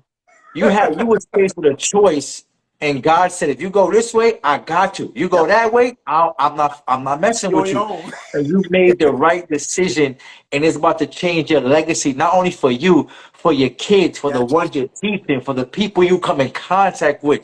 Again, if you're in this live, DM this man. He's giving you 40% off. DM him. Say Just Right sent you. It's only right sent you. Write your own history sent you. This is amazing. I don't even. I wish I could. I honestly want to be on here for 2 more hours, but I to know be you honest, gotta we had go. a It's fine. it's not even that. It's that we had a crazy day today. I don't want to get into my stuff, but today my fiance lost a baby today. We found out today Oh, so we sorry to lost our hear that, my baby today. brother. I'm so So sorry to hear that, the man. fact that the fact that she let me, Man. I'm not saying let me do this. I'm not afraid because my woman she's in charge. Wow. She let me do it because she could have easily been like, no, I'm Yep. not That's fucking. You know what true. I'm saying? So, Yeah, but yep. she realized that this is something I like to do for the people. This is a platform that I have, and she allowed me to take this time out and even allowed me to go over my hourly time Yes, to yes. build with you. So, without My getting too much into condolences me, to I y'all, just man. want to. Tell them I'm sorry I for her appreciate loss, brother. I appreciate that. Thank you very much. But I didn't want to make this about me, but it's Nah, the it's fact that also good. she allowed me to do that, and the fact that God spoke to you, and if you don't believe in God, I don't care if you an atheist, you got to believe in something. Because if No. you don't believe in God, this is a living testament right here, man, that God is alive, God is real, and no one can stop what He has for you, what Nah, is destined for you. The key is you have to make a decision. that's right. You have the power to choose, and you chose the right thing, and He took care of you. Amen. I'm hearing what you were saying that you didn't have no drivers, but you Yep. led by faith. You That's just right. said, "Fuck it, you want how much you want? I got 20 drivers. I Fuck it, got I'm a figure it out." and he opened the door. So you have to go by faith. You Amen. have to lead by. You have to just believe That's because you right. didn't believe in yourself, it wouldn't have happened. You None. believed in what you did. You believed in your research. You educated yourself. It's not easy. It takes work. It's Yes. not. Yes. Do not believe it's easy. No. Nothing's gonna happen overnight. But trust me, if you start, you just progress. He got you. Bro, this is He 18 got years, you. bro. I've been in trucking for 18 years. So sometimes when people see me, they think this is a microwave success, but a lot of people Nah, don't know they where I don't really know. came from. They're seeing posts like, oh, black founder, build company to 4.3 million. And they're probably like, oh, this guy just got it easy. Nah, man. I have Nah. it hard. I had but I wake up every day dealing with Yes. challenges and say, man, I need to quit this, right? But again, I remember who I'm doing this for. This is Uh not huh. about me. I used to always be ashamed of telling my stories, right? Until I realized I was like, you know what? The more I keep this story to myself, the more I'm not doing any good at all to society. I said, I need True. to share this story because it could be somebody on the corner right now ready to go blow somebody's head off. Uh Somebody on the huh. balcony right now probably ready to jump and say, you know what? I'm checking out of life.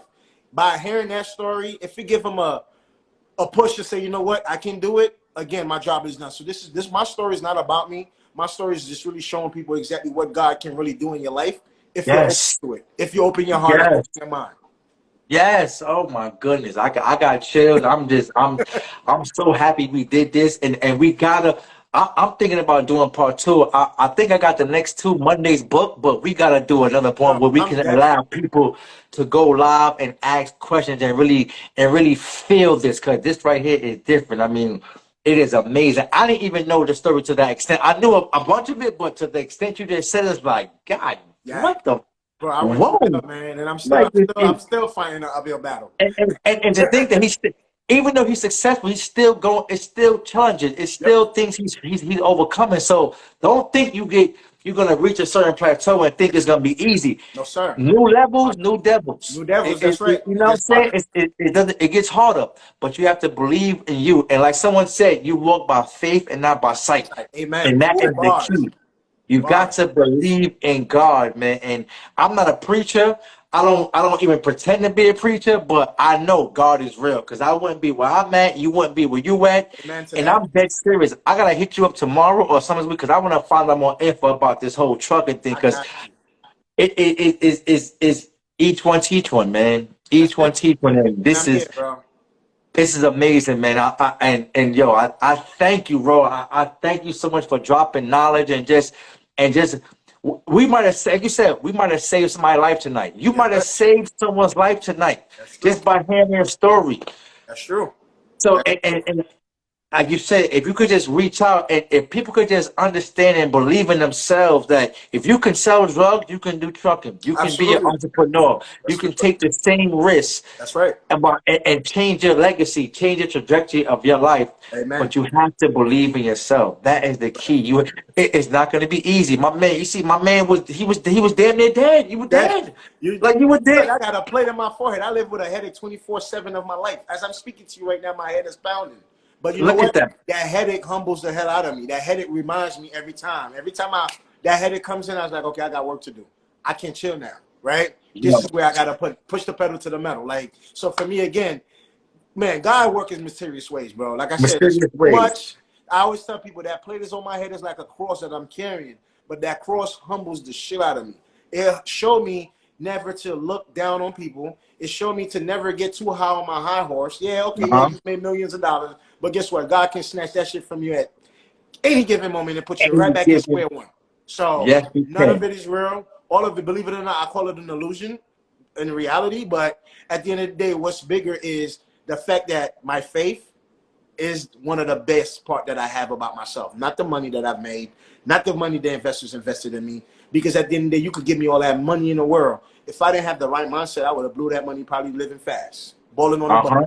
And Look at that. again, that experience had to happen the That, way it happened. So that it has to happen. So again, what he just said is don't worry, don't question the journey. Understand sometimes you have to go through that to get That's to where right. you need to go. The key is you have to make a decision. You have to make a decision and pay attention. You are the epitome of write your own history, bro. That's right. Like you are you I'm speechless, man, because I didn't even know the story to the extent, and I'm just proud of you, man. I'm proud you decided not to retaliate. I'm proud that you did your thing. I'm proud that you continue to teach young brothers, old, young, and I'm just proud of you as a black man, as a dude, as a person, man. And whether you could have been orange, it went Right. like not It to don't, say it that don't color matter. matters. The But that journey. we black and we That's come from right. where we come from, we get to. I don't want to salute you. I love you, bro. Like I'm Love you too, proud my of you, brother. and continue to be an example. Continue to write your own history. Continue to be a legacy, man. Because you are a legend in your own right, man. Whether you know it or not, and you might not hear it, but I love you. I'm proud of you. I'm inspired, and I hope someone. If you inspire one person in this live, like you said, your job is 100%. done, man. And we. We're gonna work on getting the part two up here, and Yes, then we're gonna have the next one's gonna be interactive, where we get people on the live to really ask questions and really tell their story where they might have felt they couldn't do it, and that's you right. give them words of wisdom. So this right here, and we don't see this a lot, man. Oh no, So you know, it's and I beautiful, have one man. ask for everybody that's on this Go live, ahead. even you too, man. So I am working on this thing called it's a campaign called Leave the Street Alone campaign, where I'm getting politicians, where I'm getting investors to donate money to really create those opportunities. So I welcome everybody on this live to join me on this mission called Leave the Street Alone campaign. Let's get our young brothers off the street, man. Let's get our young brothers of these corners. Let's get our young brothers, away from this jet pipeline. Because look, man, at the end of the day, those kids are our future. And so far, there's nobody leading them. We live in a world where the blind is leading the blind. We can't let social media just raise our kids. We can't let rappers just raise our kids. We have to step in as a community. We have to really show them exactly the do's and don't. Now, some is not going to believe. Some is going to go towards their way. That's totally okay. That's one thing I've learned is my job on planet Earth is not to convince the skeptics. My job is to find the believers and work with them. If I have to Hmm. convince you why you need to leave the street alone and get into trucking, you're not part of my circle. You could go ahead and continue Uh-huh. doing what you're doing. Unfortunately, that's what it is.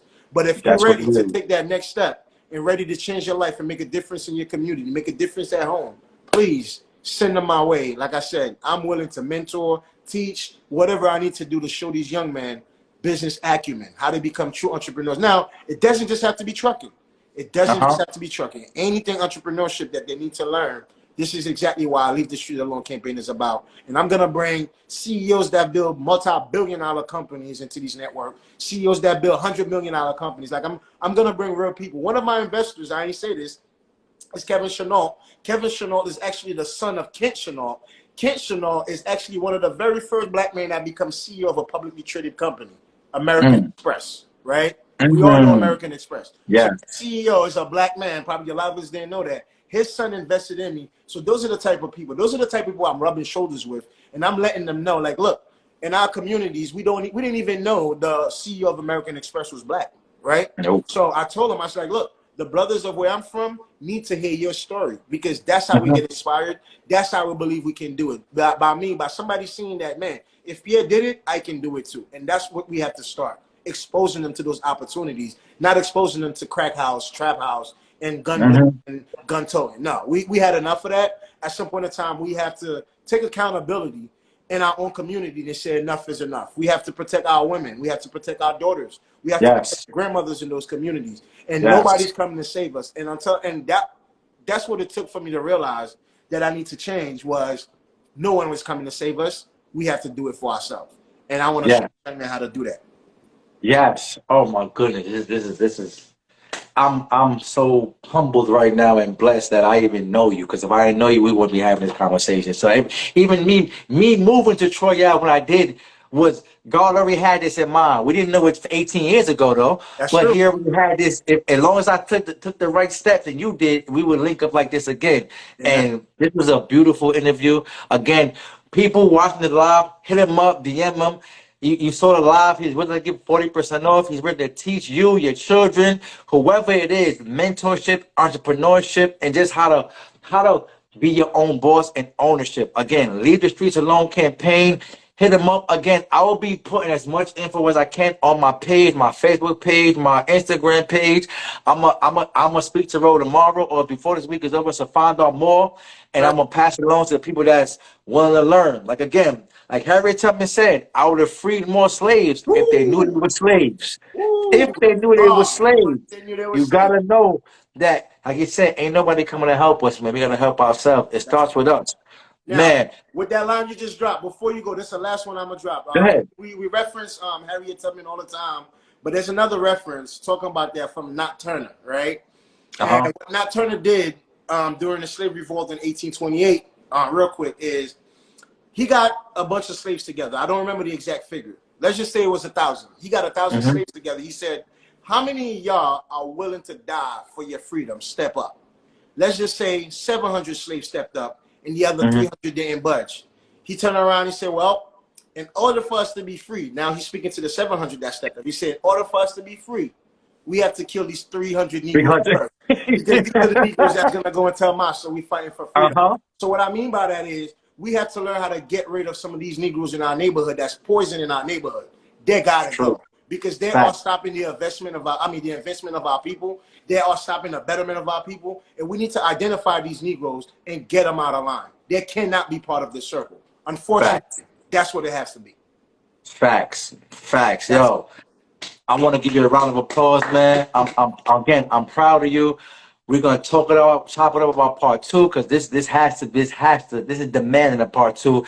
Thank you for your time. I hope everybody watching. Hope you wrote shit down. I hope you follow him. I hope you DM him and find out more Man, my information service because is tweaking this right dude now. is serious, man. He is the epitome of right on history. He is a living. He's a living dream. You see him. You see the man he wasn't supposed to be here, but Nope. God had other plans, man. And I'm proud of you, man. I'm so proud of you, man, in your journey, man. And I'm glad that you had to go on that journey to be where you are today, man, and that you survived it. You was able to talk about it, man. So I'm not a again, victim. I'm a victor, man. So thank you, bro. yes, I'm not a victim. yes, and please stop. Yes, he said, stop playing the victim because ain't nobody that shit is played out. Played Grow out. the fuck up, pull your pants up, and let's hit the streets running. Let's stop playing, man. That's it. Let's build. Yo, again, man, you are the living legend. You are the epitome. You are the physical meaning of what Write Your Own History is about. And that's why I have this platform for people like you to spread that message and just motivate one person, inspire one person, teach one person to change their life. Because all it takes is a decision. It doesn't matter how old you are, how young you are. You can start to change right Switch. now. It The doesn't matter switch. what happened yesterday. That's right. That's it. You have to just want to do it. That's It's right. not going to be easy. Put the work in, and you can do it. That's right. Thank you again. Thank everybody that's watching. Thank I you. mean, no problem, man, bro. We're gonna do this again. I'm gonna link you tomorrow. I look We're gonna forward to it, chop it bro. up. Whatever you send me, I'm gonna try to post it, promote it, I and got just you. whatever you do, just send me whatever you want me to promote or whatever you want me to talk about. I'll even talk about on my live. I just go live on a regular basis. And Got you, my brother. again, man, I'm proud of you, man. No, Salute to you. likewise, bro. Salute to Yo, you. My condolences to you and your wife. Sorry about your loss, thank but I know you. it's a tough one. I know you got to deal with that. So just tell the wifey I said thank you for allowing that time for us to really Thank you. connect, because we haven't been connected in a long time. It's always like, Yes. hey, look, real quick on IG, but we haven't really had that good time to connect. So thank you, man, for making the time. And also, too, man, do not doubt yourself in what you're doing here. Highlighting Yes. those stories, creating this right here, writing your own Yes. story. That's very important, bro. We need more brothers like you that are thinking the way. Thank you. And you deserve your flowers as well for you and the family, man. Because we Thank came you, from the man. same hood. Same hood. Yes. So seeing that you interviewing me, like right here, bro, like, that alone, niggas Flatbush gonna be It's like, oh, I crazy. gotta change my weight. So, man, thank you, bro. Yo, thank you, man. Have a great night. Thank you for everybody that tuned in, commented.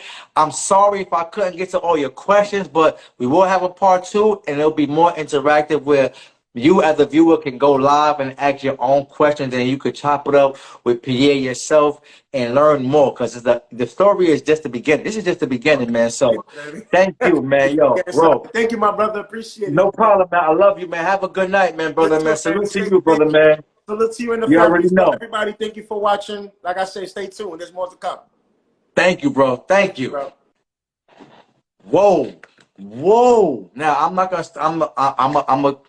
gonna do this long, but again, you know my motto, man. Write your own history, or someone will write it for you. Follow my man Pierre Laguerre. Follow him, hit him up, DM him. He was giving off 40% to the Pierre Academy. Just if you was watching this live, he's giving you 40%. Say just right sent you. It's only right sent you. Write your own history sent you. Thank you for tuning in. Thanks to my fiance for allowing me to go over my time and just with the day we had. So I want to thank her. Thank everybody, and of course the Most High, because without Him, none of this is possible. But man, you know. So again, turn that hurdle into a hustle. Turn that obstacle into an opportunity. I will try to chop this up and get it on YouTube as fast as I can. And again, man, write your own history, or someone will write it for you. Impossible. There's only 10 letters, man. Count them if you want. I love y'all, man. Thank you. Thank you, everybody, for the love. Thank y'all. Thank y'all very much. Y'all have a good night. Peace. Oh.